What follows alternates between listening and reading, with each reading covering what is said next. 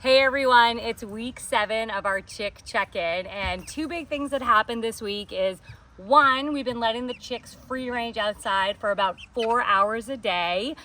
We leave the dogs outside with all the chicks so that we do our best to keep predators at bay. And then the other big thing that happened is we moved what we call our teenager chicks. They're about 5 weeks older than these 7-week-old chicks here. We moved them into the same coop, so they're all sleeping together and spending any time they're not free ranging together, which is really nice. In order to ensure kind of a nice transition of merging these two big groups, we have 2 water stations and 2 food stations just so that everyone's got plenty of room to be able to get to their food and there aren't any, aggressive pecking issues as they're establishing their pecking order.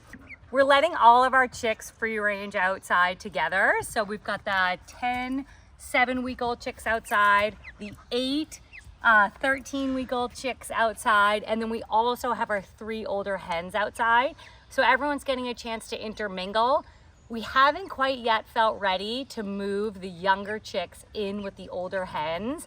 That just feels like we might be doing it a little bit too early, but definitely leave in the comments at what age you've merged your new chicks in to your established flock. We'd love any advice that we can get on it. We're thinking a couple more weeks we'll be doing that, but not quite yet. We'll see you next week when the chicks are 8 weeks old and we check in and see how they're doing.